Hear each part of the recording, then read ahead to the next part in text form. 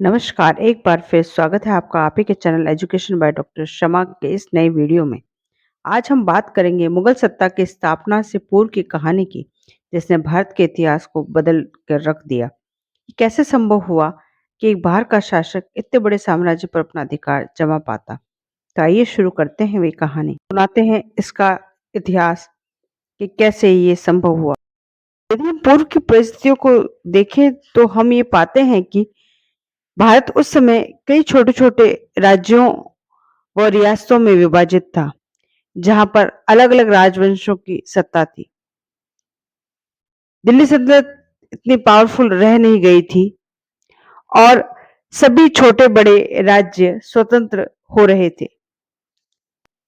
सबसे पहले बंगाल, वेस्ट में सिंध, मुल्तान और गुजरात, मालवा, जौनपुर आदि दिल्ली सल्तनत से पृथक होने की प्रक्रिया में थे। अजमेर के गवर्नर को हटाए जाने के बाद कई राजपूताना राज्य भी अपने आप को स्वतंत्र घोषित कर चुके थे। मालवा, मेवाड़, गुजरात भी एक दूसरे की शक्ति को कम करने में लगे हुए थे। तैमूर के आक्रमण के बाद 1414 से 1451 तक दिल्ली पर सैयद राजवंश का रूल रहा, जो तुलनात्मक रूप से कमजोर ही था। उधर पंजाब में भी कई अफगान सरदारों ने स्वयं को पावरफुल बनाना शुरू कर दिया। इन अफगानों में से सबसे इम्पोर्टेंट सरदार था बहलोल लोदी, जिन्हें सरहिंद का इक्ता यानी सरहिंद का लैंड रेवेन्यू दिया जाता था।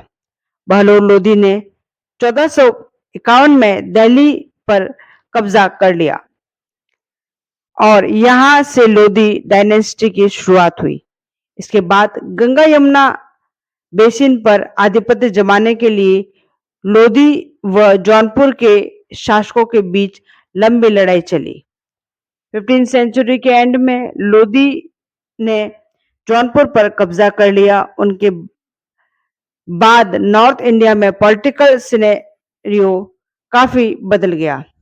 जौनपुर की विक्ट्री के बाद लोधीज ने राजस्थान व मालवा की तरफ अपना अपना साम्राज्य विस्तार करने लगे। इसी दौरान आंतरिक कलह के कारण मालवा का डिक्लाइन शुरू हो गया।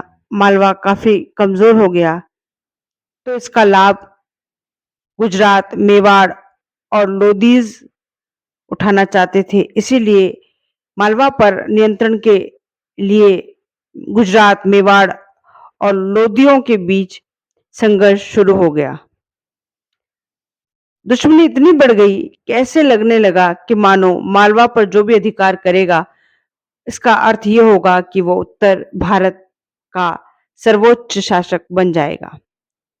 1525 तक नॉर्थ इंडिया में दो डोमिनेट पावर, दिल्ली के सुल्तान इब्राहिम लोदी और मेवाड़ के शासक राणा सांगा के बीच वर्चस्व की लड़ाई शुरू हो गई और पॉलिटिकल सिचुएशन में रैपिड चेंज होने लगी।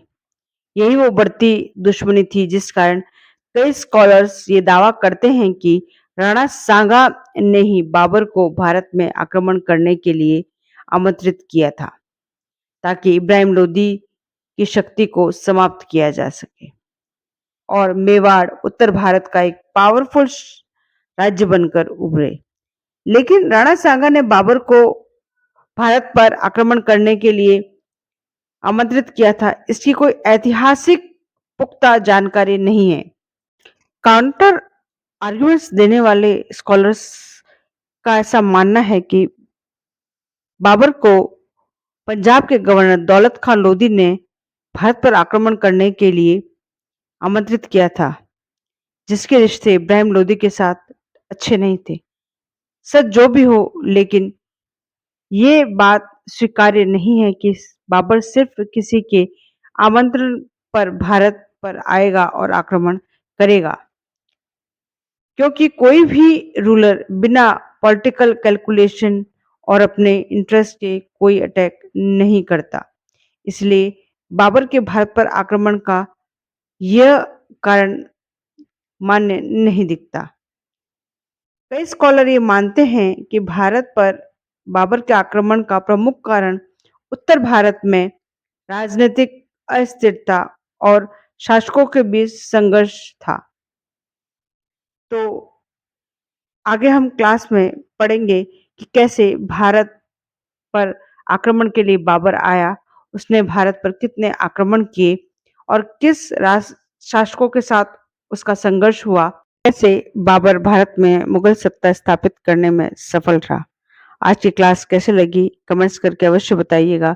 अपने मित्रों के साथ शेयर कीजिएगा और चैनल को सब्सक्राइब नहीं किया है तो सब्सक्राइब कीजिएगा। फिर मिलते हैं मुगल साम्राज्य की अगली कहानी लेकर। तब तक के लिए इजाजत दीजिए। डॉक्टर शर्मा को शुक्रिया।